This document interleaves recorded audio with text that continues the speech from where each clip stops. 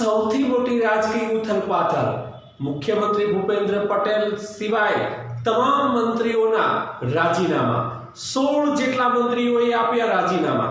આવતીકાલે નવા મંત્રીમંડળનો શપથ સમારોહ છે। રાતના જે કાર્યક્રમો થવાના છે, રાત્રિમાં જે લિસ્ટ સોંપવાનું છે રાજ્યપાલને, એમાં કોના કોના નામો હશે, નવી ઉથલપાથલ જોવા મળશે।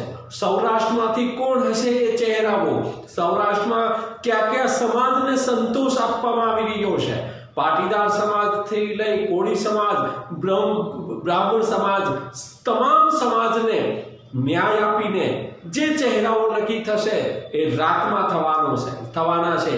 આજ રાત્રિનો ખેલ છે। કાલે નવું મંત્રીમંડળ બનવાનું છે, કાલે નવું મંત્રીમંડળ શપથ ગ્રહણ કરવાનું છે।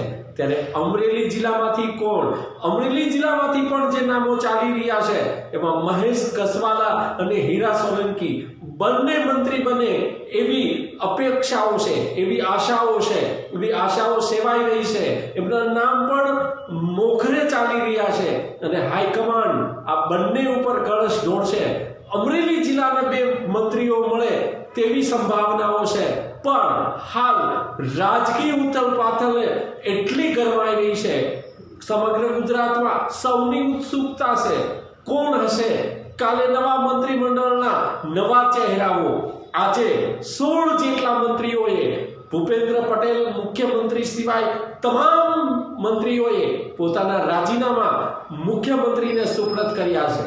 ગુજરાતના રાજકારણમાં સૌથી મોટી ઉથલપાથલ, ગુજરાતમાં નવા મંત્રીમંડળ કાલે લેશે શપથ ગ્રહણ, નવા મંત્રી, નવા ચહેરાઓ કોણ હશે, સૌરાષ્ટ્રમાંથી એ ચહેરાઓ કોણ હશે, સૌની ઉત્સુકતા છે। અમરેલી જિલ્લાને પણ 2 મંત્રીઓ મળી રહ્યા હોવાના અહેવાલો મળી રહ્યા છે।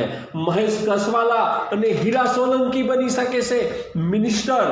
અમરેલી જિલ્લાને મહત્વ આપવામાં આવી રહ્યું છે। પાટીદાર સમાજમાંથી મહેશ કસવાલા તો પરસોત્તમ સોલંકીની નાતંદુરસ્ત તબિયત હોય, એમના સ્થાને હીરા સોલંકીને સ્થાન મળે તેવી સંભાવનાઓ સેવાઈ રહી છે।